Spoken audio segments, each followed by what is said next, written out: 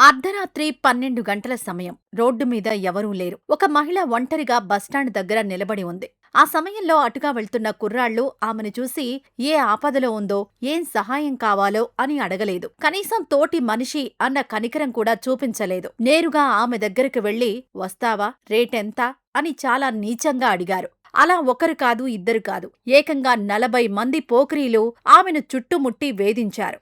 కాని ఆ చీకట్లో వాళ్ల కామంతో కళ్ళు మూసుకుపోయి తాము ఎవరిని రేటు అడుగుతున్నామో కూడా వాళ్లు గుర్తించలేకపోయారు. ఆ చీకట్లో సామాన్య మహిళలా నిలబడిన ఆవిడ ఎవరో కాదు, మల్కాజ్గిరి డీసీపీ సుమతి, ఒక ఐపీఎస్ అధికారిని. హైదరాబాద్ నడిబొడ్డున దిల్సుఖ్ నగర్ లాంటి రద్దీ ప్రాంతంలో అర్ధరాత్రి అసలు ఏం జరుగుతుందో తెలుసుకోవడానికి ఆమె చేసిన ఈ స్పెషల్ ఆపరేషన్ మన నగరంలో పేరుకుపోయిన దారుణమైన చీకటి కోణాన్ని బట్టబయలు చేసింది. రాత్రి 12 గంటల నుంచి తెల్లవారుజామున 3:30 వరకు సాగిన ఈ ఆపరేషన్లో ఆ 40 మందిని పోలీసులు అదుపులోకి తీసుకున్నారు. తీరా చూస్తే వాళ్ళంతా స్టూడెంట్స్, సాఫ్ట్వేర్ ఉద్యోగులు. ఇంకా దారుణమైన విషయం ఏమిటంటే వాళ్లలో సగానికి పైగా గంజాయి మత్తులో తూలుతున్నారు. ఆ మత్తులోనే ఒక ఐపీఎస్ అధికారిని రేటు అడిగేంత బరితెగించారు. ఒక ఐపీఎస్ అధికారినికే రోడ్డు మీద నిలబడితే ఇలాంటి భయంకరమైన వేధింపులు ఎదురైతే ఇక అర్ధరాత్రి అత్యవసర పరిస్థితుల్లో బయటకొచ్చే ఒక సామాన్య మహిళ పరిస్థితేంటి? హాస్పిటల్ కోసమో డ్యూటీ ముగించుకునో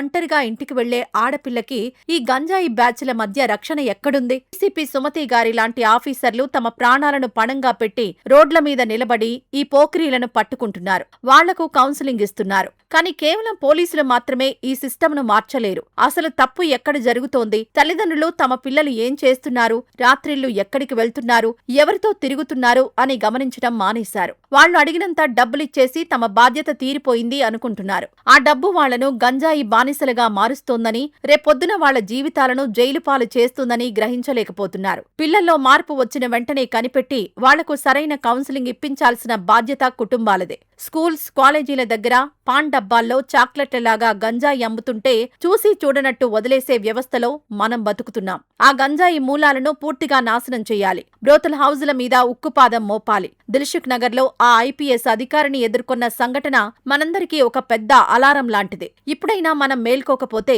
రేపు ఆ రోడ్డు మీద ఉండేది మన ఇంట్లోని ఆడపిల్లే కావచ్చు. ఈ డ్రగ్స్, బ్రోతల్ కల్చర్ మీద కఠినమైన చట్టాలు తేవాలని, ఈ గంజాయి బ్యాచ్లను సమాజం నుంచి ఏరివేయాలని ప్రతి ఒక్కరూ కోరుకుంటున్నారు. సమాజాన్ని పట్టి పీడిస్తున్న ఈ భయంకరమైన గంజాయి మహమ్మారి గురించి, నగరంలో పెరుగుతున్న ఈ అరాచకాల గురించి మీ ఆలోచనలను తప్పకుండా పంచుకోండి.